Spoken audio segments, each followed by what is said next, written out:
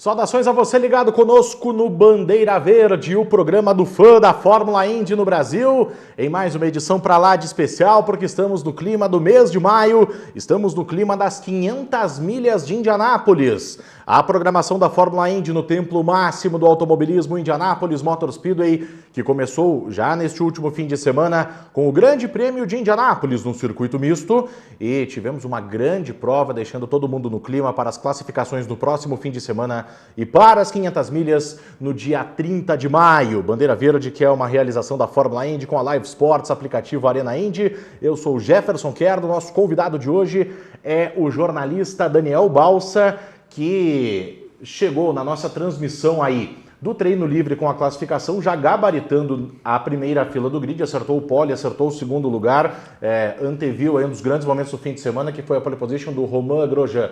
Balsa, obrigado pela sua presença, seja bem-vindo. Quais os números da Mega Sena? Muito obrigado, Jefferson, obrigado a todos que acompanham o Bandeira Verde. Olha, os números eu chutaria os 6 primeiros dessa última corrida, eu acho que está de bom tamanho, né?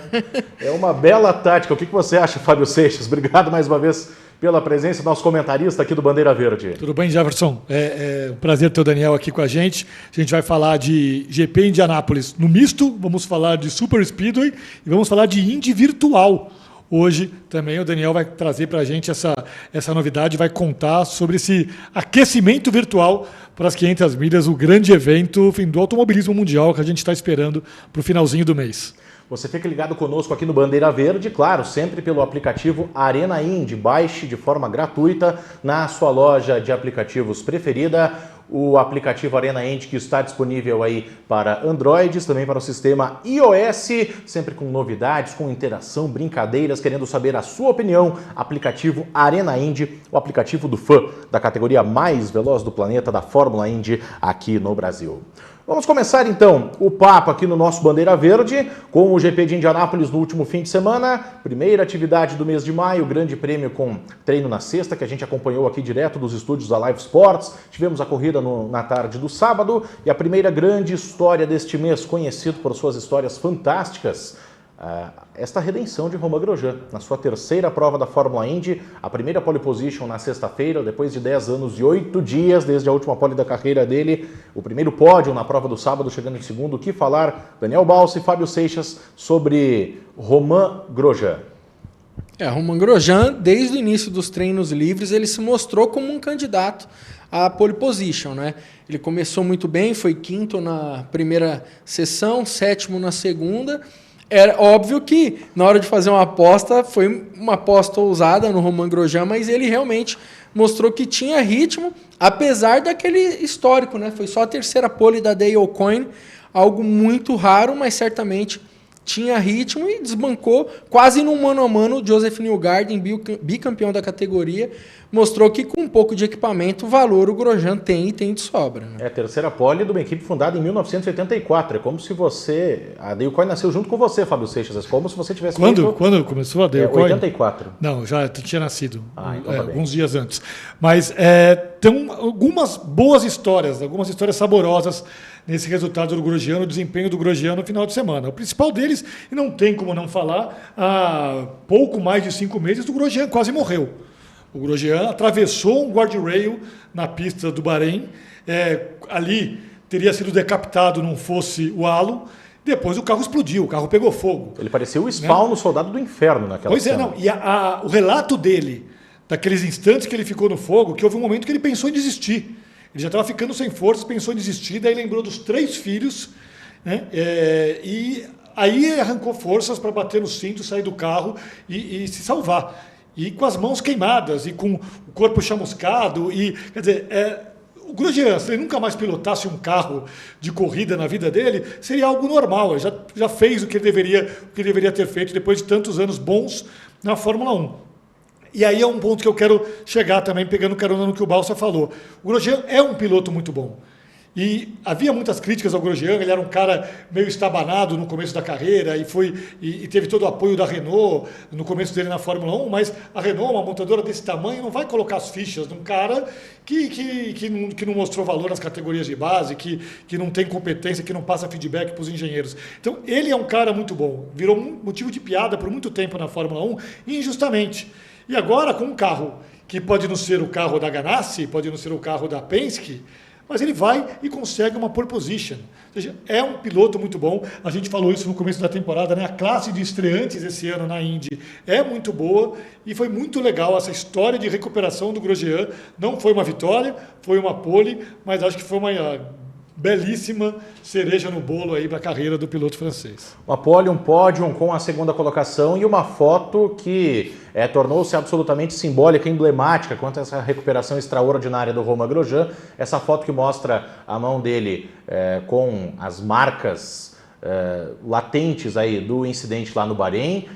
Destaque também para a aliança que está presente na mão esquerda dele, teve um apoio muito forte da família e com essa mão toda queimada, ele segurando o troféu de segundo colocado no GP de Indianápolis. Ou seja, é uma foto aí para valer por muita coisa, para representar muita coisa. Essa que mostra muito da persistência do Romain Grosjean nesse seu ato de continuar a carreira depois de tudo aquilo.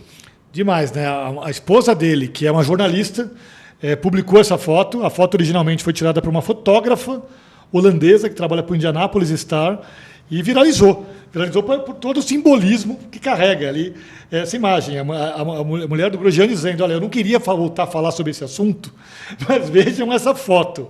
Né? E falando dessa foto como um sinônimo de resiliência, de garra, de todo esse trabalho que o Grosjean teve para voltar ao automobilismo e conseguir uma pole position na sua terceira tentativa na Indy. E aquele incidente, inclusive, mudou os planos do Grosjean, que ele já tinha a ideia de ir para a Fórmula Indy. O Gene Haas, que é um americano, dono da equipe Haas na Fórmula 1, deu declarações dizendo que até patrocinaria a saída do Grosjean para a Fórmula Indy, mas naquele momento ele desistiu de correr nos circuitos ovais, que são, evidentemente, bem mais perigosos do que os circuitos mistos. Mas será que talvez, depois de fazer uma pole, conseguir um pódio justamente em Indianápolis, ele poderia rever essa situação? Até porque a equipe dele, a Dale Coyne, ela teria 3 carros em Indianápolis. Um carro para o Ed Jones, que faz toda a temporada. O outro carro, esse carro 51, que está sendo dividido aí pelo Pietro Fittipaldi e pelo próprio Grosjean. E teria um terceiro carro que seria para o Corey Ware, filho do Rick Ware, que é sócio do Dale Coyne, apenas no carro 51 do Pietro e do Grosjean. Será que estamos tendo aí discussões de relacionamento dentro da casa dos Grosjean sobre a participação dele nas 500 milhas? Como o assunto ainda é recente, até a esposa dele teve que voltar agora a falar sobre o incidente, que obviamente não deve ser a sensação mais saborosa dentro da casa dos Grosjean. Acho que para esse ano pode ser digamos assim, uma discussão que vai ter pouco tempo hábil para se resolver, mas que sem dúvida para 2022 ele está esperando o momento certo para falar com a esposa, com os filhos, certamente eu acho que ele vai conversar a respeito sim de correr Indy 500 ano que vem. E porque assim, ao rasgar aquele retão de Indianápolis, deve ter dado uma vontade no cara, né? Com aquela arquibancada maravilhosa ao pois lado. Ali o momento que o cara pega, e mesmo no circuito misto, mas usando aquele trecho do Super Speedway, ali o cara deve falar... Deixa eu tentar, vai. Deve ter dado a mosquinha ali da velocidade das 500 milhas, deve ter mordido o Grosjean. E uma coisa marcante da participação do Grosjean na prova deste sábado, que deu uma polêmica, porque um dos motivos que ele mesmo colocou no seu Twitter, tivemos problemas com bandeiras azuis. O que ele quis dizer com isso? Em certo momento, ele vinha tentando colocar uma volta aí no Takuma Sato, Takuma, atual campeão das 500 milhas, mas retardatário naquele momento, e o Takuma engrossou para cima dele, não facilitou a ultrapassagem, depois tomou a, entre aspas, posição de volta para recuperar essa volta e tentar se manter vivo na corrida. E são regulamentos diferentes, né? Nós temos a tradição aí dos regulamentos da FIA, da Fórmula 1, da Europa, enfim, de que a bandeira azul, o retardatário sai de cena, o líder passa e vai embora, segue o seu caminho. Na Fórmula Indy, no automobilismo americano, é um pouco diferente. Você recebe a bandeira azul como um indicativo de que vem um carro mais rápido, geralmente um dos líderes, para passar você. Mas a briga, a disputa está liberada, porque é muito comum lá que você tenha o retardatário recuperando, volta a dar uma bandeira amarela, o retardatário até volta na briga pela vitória lá pelas tantas. O que vocês acham disso? Foi determinante mesmo? O Grosjean talvez não pegou ainda um pouco da tarimba, alguns dos macetes do automobilismo dos Estados Unidos e da Fórmula Indy, nessa questão da bandeira azul, que talvez ajudou a custar a vitória para ele? Olha, eu acho que realmente faltou essa questão da tarimba, de saber que o retardatário ali ele vai, digamos, dificultar, né? Não vai abrir passagem para o líder ir embora. né? E foi um momento que ele perdeu muito tempo para os demais pilotos, né? Na época, na hora da corrida, era até o Alex Palou que estava na segunda colocação, mas a diferença de estratégia com o Rinus VeeKay vindo com o pneu duro no início da corrida, ali quando ele ia performar melhor com o pneu de banda vermelha, ele perdeu muito tempo. Quando, digamos assim, equipararam as estratégias, o Grosjean foi para o pneu duro, aí ele não teve muito como resistir ao Rinus VeeKay, e acho que também foi um fator importante aí para ele não ter ficado com a primeira colocação na corrida. Chegou até teve um chega para lá, né? Teve. O Grosjean no Sato, né? Eu gosto dessa regra, ou dessa abordagem da regra, porque o cara que está tomando a ultrapassagem, ele também está fazendo a corrida dele, né? Eu acho que na Fórmula 1 você meio que despreza esse cara. Olha, você não vale nada, você saia da frente do líder da prova, mas aquele cara está fazendo uma corrida dele.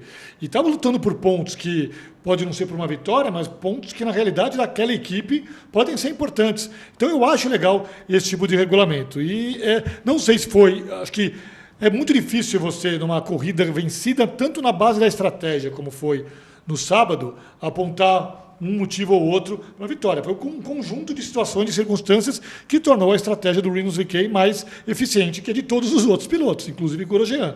Mas sim, o Grosjean precisa se adaptar ao automobilismo americano. E nesse ponto ele ainda pecou no último sábado. Ele que falou que leria o livro de regras da Fórmula 1 para saber como conduzir o pelotão na largada vindo da pole position, lembrando que ele tem pouca experiência com largada lançada, já que a sua escola europeia de automobilismo, as largadas costumam ser paradas, como na Fórmula 1, mas talvez essa parte do livro de regras ele vai ter de dar uma olhadinha de novo. Mas foi bem nas largadas, né? Foi bem. Segurou bem. Essa parte do livro essa parte está resolvida, né? Quem também vem da Europa, fez uma corridaça e não à toa ganhou o GP de Indianápolis, foi o holandês Rinus VeeKay, nascido no dia 11 de setembro de 2000, tem apenas 20 anos de idade.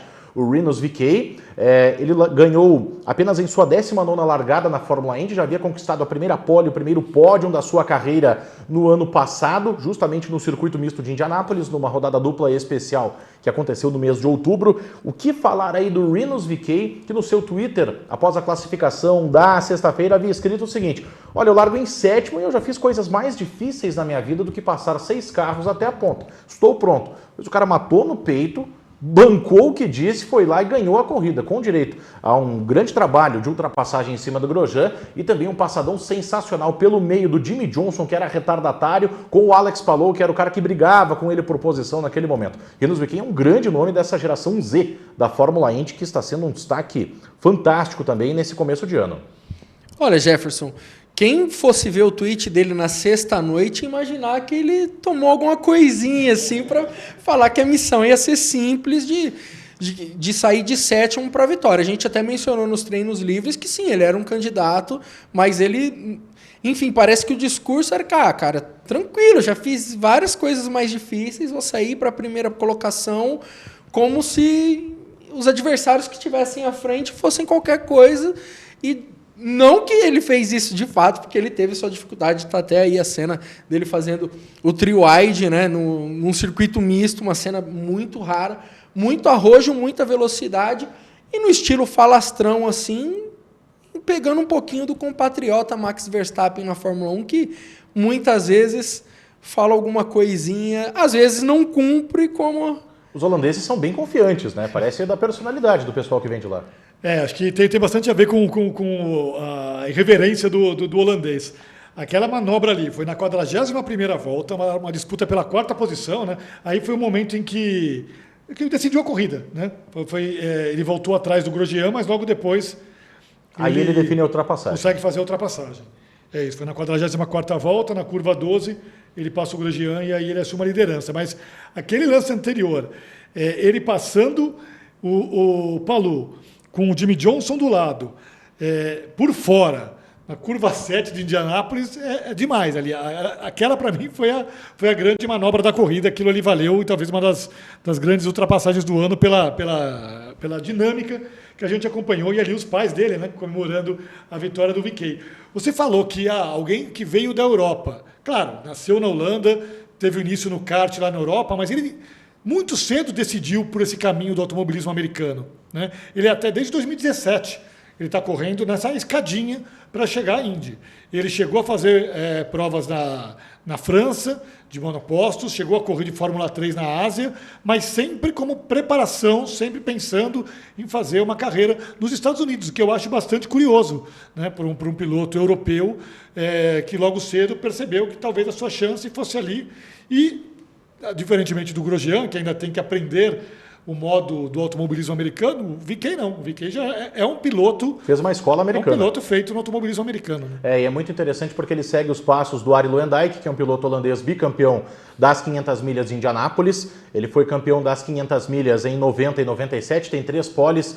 Há poucos dias tivemos aí 25 anos do recorde absoluto de velocidade em Indianápolis, estabelecido também pelo Luyendyk lá em 96. Isso também é uma coisa muito curiosa, porque, veja só, o VK é uma espécie de pupilo do Arie Luyendyk, que é comissário da Fórmula Indy, assim como o Pietro Fittipaldi é sobrinho do Max Papis, que também já deu dicas ao longo da carreira dele, e o Max também trabalha como um comissário da Fórmula Indy. O Roger Penske é dono de equipe, dono da categoria. Você vê como eles conseguem lá conciliar esse tipo de coisa, porque não tem ninguém reclamando. O VK é favorecido porque ele recebeu uma espécie de tutela de mentoria do Arie Luyendyk, que é comissário, etc. Não, eles conseguem separar as coisas. Eu acho isso fantástico. Não, sem dúvida. Uma coisa que eu percebo assim que o espírito do automobilismo norte-americano ele é muito racer, que a gente costuma dizer, né? Então, o pessoal também está habituado com a questão de entretenimento, né? Não é questão ganhar a todo custo, né? A gente percebe, como o próprio Alonso falou quando chegou na Indy 500, o clima aqui é diferente, então não tem essas, digamos assim, poxa, se o sobrinho neto do piloto tal foi comissário, de repente, numa categoria europeia, ia ter um zum enorme, coisa que eu acho que, por conta desse espírito mais racer, do entretenimento, acredito que nos Estados Unidos é um pouquinho mais fácil de lidar, né? Óbvio também, transparência e lisura de todas as partes, né? E que geração da Holanda, né? Porque você tem o Verstappen, que você já citou aqui, o Rinus VeeKay vencendo prova. Na Fórmula E, o Nick De Vries está disputando o título com a Mercedes. Então você vê aí 3 pilotos jovens, né? O Verstappen, que não é uma novidade, mas detém aí os recordes de precocidade da Fórmula 1, pelo que ele fez nos últimos anos, né? E esses outros 2 pilotos, um na Indy e um na Fórmula E. Então essa geração holandesa está forte. Quase Robin, Snyder e Van Persie do automobilismo, essa geração holandesa que nós temos aí nas pistas.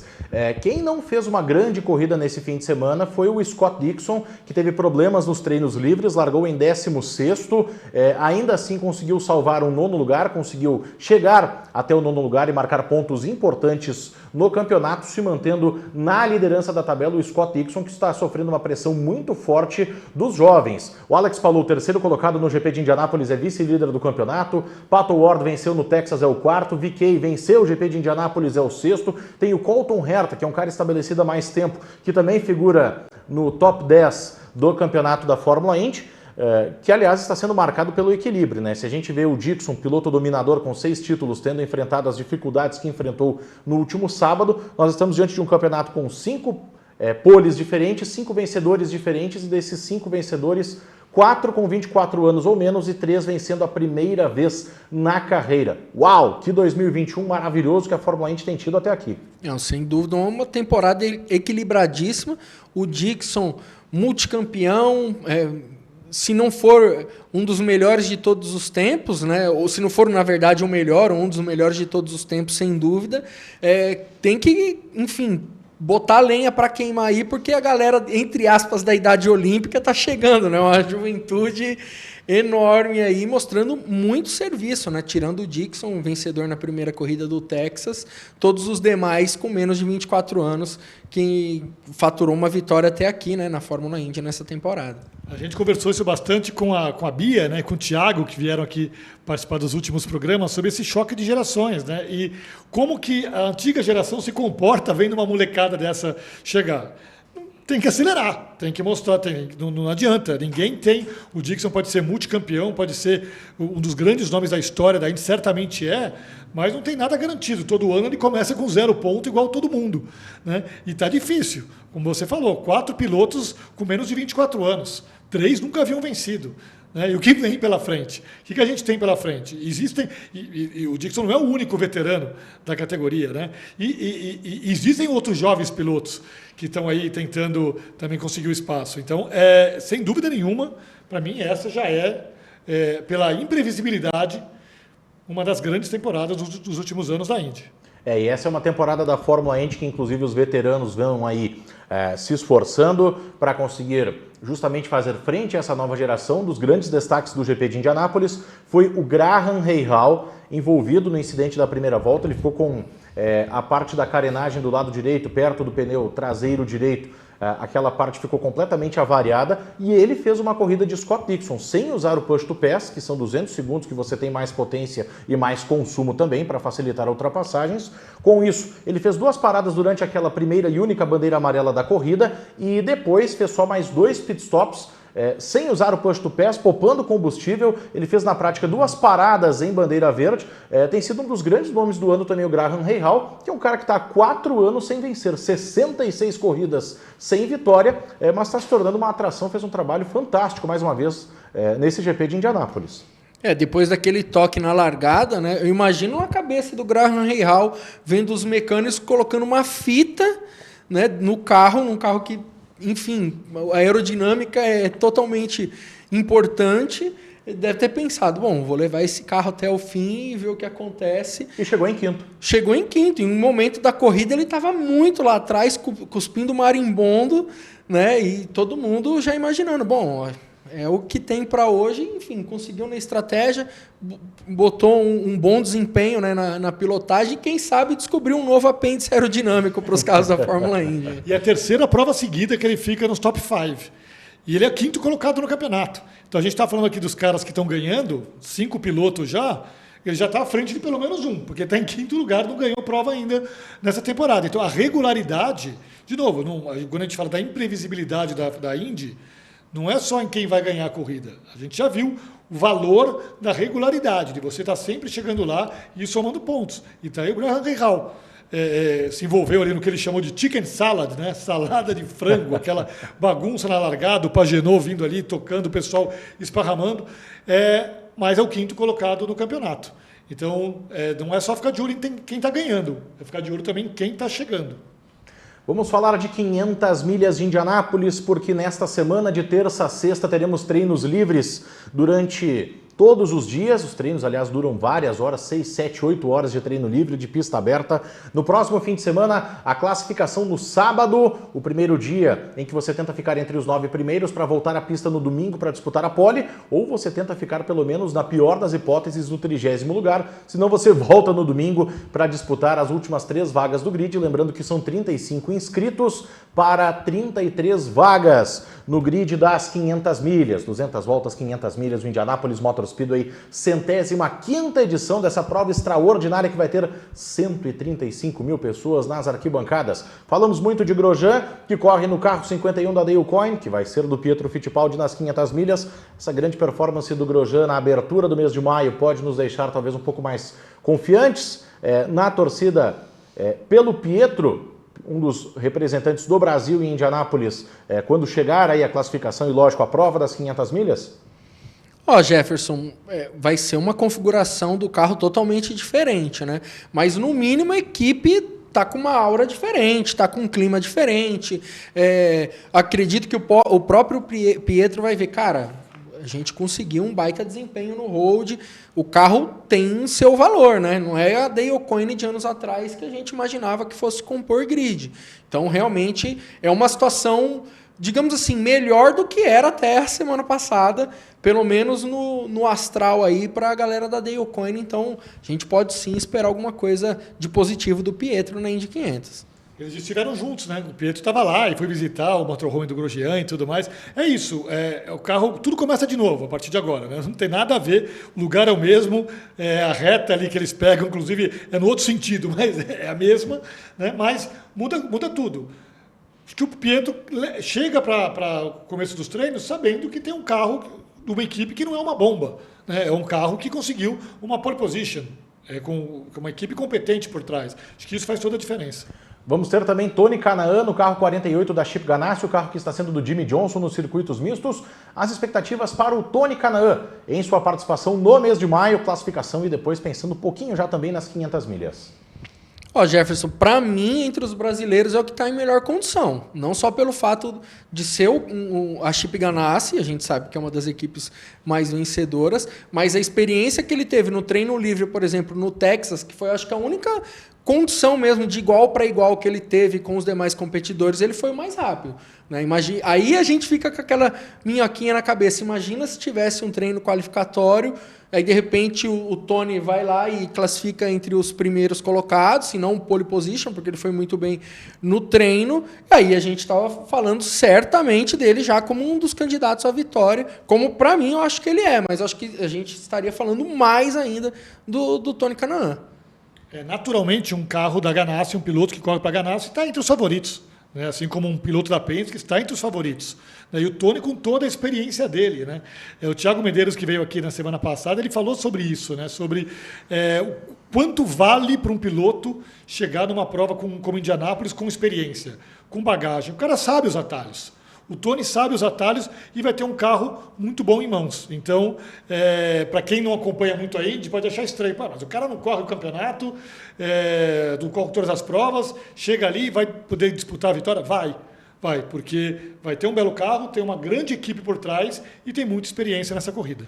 Hélio Castro Neves vive uma situação em termos de equipe talvez diametralmente oposta à de Tony Kanaan, porque ele sai da Penske, que é a maior campeã da categoria, e estreia nesse ano, vai ser a estreia dele na equipe em Indianápolis, o único dos brasileiros que ainda não competiu nesse ano, já que o Tony e o Pietro estiveram na rodada do Texas, mas o Elinho saindo da Penske e vindo para a Meyer Shank, que é uma equipe que na Indy tem 5 anos, é uma equipe que ainda não venceu na categoria, que inclusive traz o Hélio para reforçar aí o seu projeto dentro da Fórmula Indy, mas é um time que, apesar dessa juventude, vem fazendo um ótimo campeonato com o Jack Harvey sempre aparecendo, andando pelo menos entre os 5 primeiros. O que a gente pode esperar do Hélio Castro Neves nessa sua briga para ser um dos únicos tetracampeões, o primeiro não americano a ser tetracampeão das 500 milhas de Indianápolis? Se tem alguém que vai correr no final de maio, que conhece essa pista e sabe domar Indianápolis, é Hélio Castro Neves. Ele tem 3 títulos, piloto em atividade com o maior número de títulos, óbvio, faz algum tempo, né, que ele não vence, mas nesse intervalo ele foi candidato e quase ganhou em alguns anos. Né?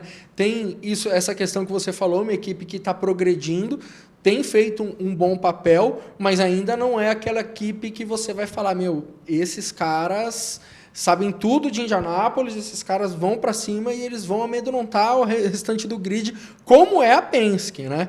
Eu acho que aí ele ainda tem, digamos assim, a equipe Meyer Shank tem ainda um pouquinho a percorrer, né? Mas óbvio, é um nome a se ficar de olho, tanto ele quanto o Jack Harvey, pelo momento que eles estão vivendo, né? Não digo que está digamos assim, na prateleira 1, como costumam dizer, mas são nomes a ficar de olho. Quantos dias são de treinos em Indianápolis? Agora nós temos aí da terça até a sexta, sábado e domingo são as classificações, mas tem algumas sessões livres antecedendo a classificação, e mais a sexta da próxima semana, que é um warm-up 48 horas antes da largada, o Carb Day. Então, acho que essa é a chave. Essa é a chave para Linho. Se ele chegasse para sentar no carro no sábado, treinar e correr no domingo, acho que a gente diria que as chances dele são reduzidas, embora ele seja um cara com toda aquela experiência em Indianápolis. Mas tendo esse tempo para treinar com o carro, para voltar a sentir o ritmo, e piloto fala isso, né, que precisa voltar a sentir o ritmo. No segundo dia ele vai estar melhor do que no primeiro, no terceiro ele vai estar melhor do que o segundo. Então, é claro, existe um degrau entre a equipe do Elinho e uma Chip Ganassi e uma Penske. Claro que existe um degrau, mas o Elinho talvez compense esse degrau. E talvez esses dias de treinos diminuam também esse degrau. Então, não coloco o Hélio entre os favoritos, mas uma vitória do Hélio, além de ser um feito esportivo sensacional, não seria uma total surpresa. Senhoras e senhores, nós estamos aqui diante do comentarista que cravou a ultrapassagem da vitória de Antônio Félix da Costa na última prova da Fórmula E. Estamos também diante do comentarista que em sua primeira transmissão de um classificatório da Fórmula Indy cravou não só a pole como o segundo lugar no grid. Então, quais são as apostas de Fábio Seixas e Daniel Balsa, respectivamente? Primeiro para o que se chamava de Bump Day, para quem vai ficar de fora nesse grid aí com 35 inscritos para 33 vagas. Quem é que dança uma semana antes das 500 milhas de Indianápolis? Rapaz, sem nenhum treino, é isso? Olha, se vocês acertaram dessa forma aí, vamos lá, vamos testar aí o quão clarividentes são Balsa e Seixas, os nossos membros da bancada desse Bandeira Verde. Ó, eu vou de Dalton Kellett e Stephen Wilson, então. Tá bom, eu quase fecho com você, eu também vou de Dalton Kellett, mas eu vou de Max Chilton. O Max Chilton, ele inclusive ficou de fora do GP de Indianápolis porque não conseguiu vir da Grã-Bretanha para os Estados Unidos a tempo. Acho que ele perdeu um pouco o pique, o tesão pela coisa, então, não sei, eu não boto fé no Max Chilton. E você, Fábio? Eu vou com o Balsa. Acho que é muito difícil, né? Essa é complicada. Você já pediu o número da Mega Sena para o Balsa, está querendo saber agora de Bump Day, mas eu fecho aqui com o relator. Tá bom, então apostas para pole position, ou pelo menos para a primeira fila. Vou de Will Power, então. Nossa, o Will Power tem 62 poles na carreira e nunca fez pole nas 500 milhas de Indianápolis. É uma curiosidade. Eu tinha falado do Will Power outro dia, mas eu me animei aqui com a conversa sobre o Tony Kanaan. Eu vou apostar no Tony, porque o Tony fez um sábado lá no Texas. Foi sábado? Foi sábado. Foi no sábado no Texas. Acho que acende um ponto de atenção. Eu vou no Tony. Tá bom, então eu vou com o Graham Rahal, que a gente tem falado dele. Ele foi o mais rápido nos treinos que tivemos no mês de abril, lá no Indianapolis Motor Speedway, sem o vácuo, que é como a classificação vai ser disputada. Então, beleza. Vamos aí de Tony Kanaan, Will Power e Graham Rahal, as nossas apostas, portanto, para a classificação, além do Bump Day. Além das 500 milhas de Indianápolis reais, nós vamos ter as 500 milhas de Indianápolis virtuais neste ano no Brasil, a eSports Indy 500. E o nosso convidado aqui, o Daniel Balsa, além de jornalista, é vice-presidente da Virtual Challenge, que é a empresa, a organização, enfim, que está à frente dessa edição virtual da Indy 500. Balsa, conta pra gente, então, como funciona o automobilismo virtual, os esportes, de uma forma geral, que tem mostrado um crescimento fantástico aí nos últimos anos. Eu vou ficar com uma frase do Miguel Paludo, que ele é fã do automobilismo virtual. E compete na Virtual Challenge. Que ele uma vez falou, para mim, eu não tenho a força G, mas até acerto de carro eu já trabalho no simulador, né? Para nós que nunca sentamos, pelo menos eu nunca sentei num carro de corrida e acelerei, é o ápice ouvir isso, né? Mas basicamente óbvio, uma competição de automobilismo, mais virtual, cada um na sua casa, com o seu simulador, com o seu computador, o seu volante. Quando a gente fala simulador, o pessoal já tem aí até imagem na tela. Isso é virtual, né? Isso é inacreditável o realismo dessas... Essa é a do ano passado? Essa é a do ano passado, que um tal de Jefferson Kern narrou também. Eu acho que foi um baita aquecimento para a Indy 500 real desse ano. Sem dúvida. Né? Mas tá até aí, o pole position foi o Vitor Del Porto, que ele é o campeão da primeira edição, a gente já está na quarta edição, mas só para falar rapidinho sobre o simulador, às vezes a gente imagina simulador aquilo que os pilotos reais utilizam, assim, estou na equipe aqui no simulador, uma estrutura fora da realidade. E não, óbvio que não é um negócio que você vai pagar R$5 e vai ter na sua casa.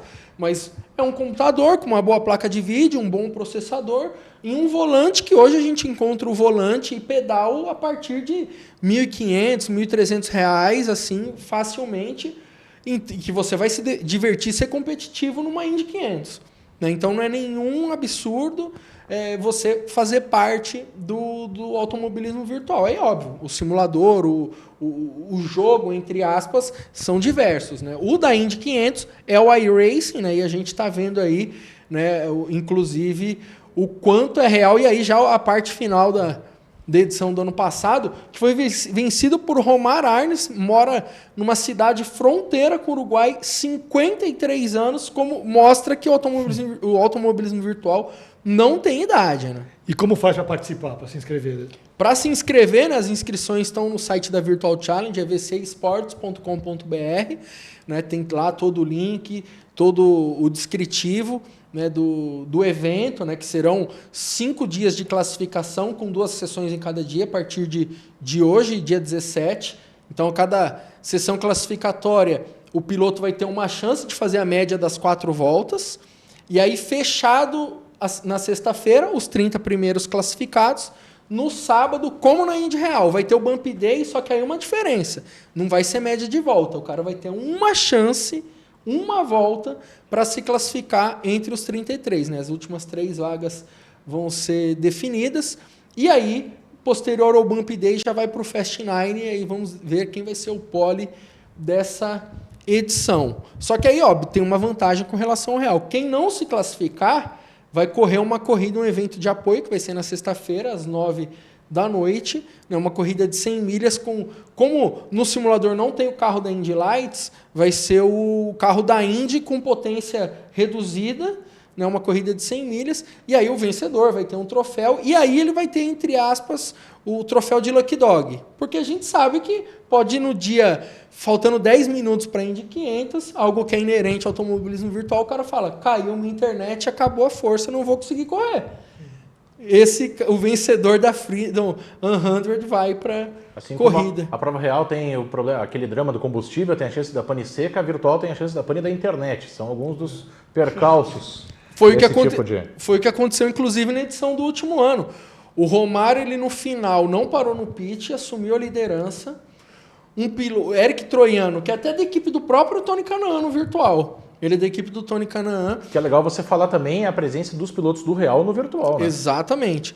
Ele sai de trás, quando ele chega na segunda posição, ele entra numa condição de vácuo para se aproximar do Romário com melhor pneus, caiu a internet dele. Nossa, imagina o que o cara fez.